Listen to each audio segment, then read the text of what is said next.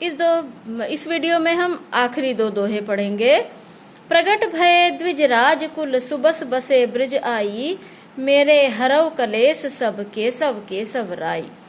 यहाँ पर जो कवि बिहारी हैं वो श्री कृष्ण के साथ अपनी नजदीकी, अपने संबंध की गहराई बता रहे हैं। प्रगट भये द्विजराज कुल, मेरा जन्म तो द्विजराज कुल में, ब्राह्मणों के कुल में हुआ था। कुल माने वंश, प्रगट भाई माने जन्म लिया, मैंने ब्राह्मणों के कुल में जन्म लिया। सुबस, सुबस का मतलब होता है स्ववश, अपनी इच्छा से। ब्रिज में आकर बस गया, क्योंकि मैं कृष्ण की आराधना करता था इसलिए अपनी इच्छा से मैं ब्रिज में आकर बस गया। मेरे हरो कलेश सब, मेरे सब क्लेशों को हर लो। हरना माने दूर करना। कृष्ण से निवेदन कर रहे हैं कि मेरे सभी क्लेशों को, मेरे सभी दुखों को आप दूर कर दो। केसव राई, मैं भी केशव की संतान हूँ और आप भी केशव हो। हमने पढ़ा था केशव इनके गुरु थे और गुरु पिता के समान होता है, इसलिए इन्होंने कहा है कि मैं केशव की संतान हूँ और श्री कृष्ण का तो एक नाम केशव है। आप भी केशव हो, मैं भी केशव की संतान हूँ, तो इसलिए आपको मेरे दुखों को दूर करना पड़ेगा।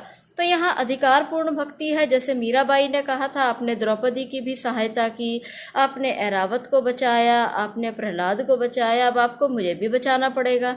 ऐसे ही उसी अधिकार को यहाँ पर कवि बिहारी भी श्री कृष्ण के लिए प्रकट कर रहे हैं और कह रहे हैं कि मेरा जन्म तो ब्राह्मणों के कुल में हुआ, अपनी इच्छा से मैं ब्रिज में आकर बस गया और आप मेरे सभी कलेशों को दूर कर दो, क्योंकि आपको करने ही पड़ेंगे मेरे कलेश दूर, क्योंकि मैं भी आपका भक्त हूँ, आप भी केशव हो और मैं भी केशव की संतान हूँ। आखिरी दोहे में कबीरवादी शैली दिखाई देती है। जैसे कबीर दास ने आडंबरों का, दिखावों का, इन चीजों का विरोध किया था, यहाँ पर कवि बिहारी ने भी इन्हीं बातों को बताया है। जप माला छापे तिलक सरे न एकऊ काम, मन काचे नाचे वृथा सांचे रांचे राम। यहाँ पर कह रहे हैं माला जप लेने से, छापे की चादर ओढ़ लेने से, कुछ लोग राम नाम के छापे की चादर ओढ़ लेते हैं, ईश्वर के नाम के छापे की चादर ओढ़ लेते हैं, दिन रात माला जपते रहते हैं, माथे पर तिलक लगा देते हैं। सरे, सरे माने सिद्ध होना, पूरा होना।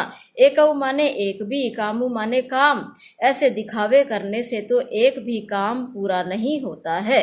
जप माला छापे तिलक, यहाँ पर कबीरवादी शैली में कवि बिहारी लोगों से इन आडंबरों को दूर करने के लिए कहते हैं कि ईश्वर इन दिखावों से नहीं मिलते हैं।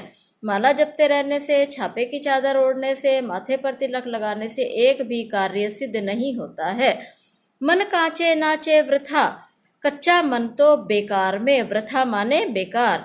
कच्चा मन तो, कच्चा कैसा होता है? जो ईश्वर में सच्चाई से नहीं लगता है वह कच्चा मन होता है।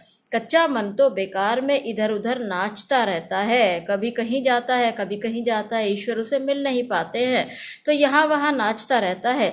साचे रांचे राम, सच्चे मन में तो राम, ईश्वर भगवान अपने आप आकर रम जाते हैं, बस जाते हैं। इसलिए वे कहते हैं कि इन सारे दिखावों को करने की आवश्यकता नहीं है, इनसे ईश्वर प्राप्त नहीं होते हैं।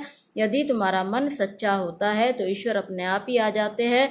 कच्चा मन तो बेकार में इधर उधर नाचता रहता है।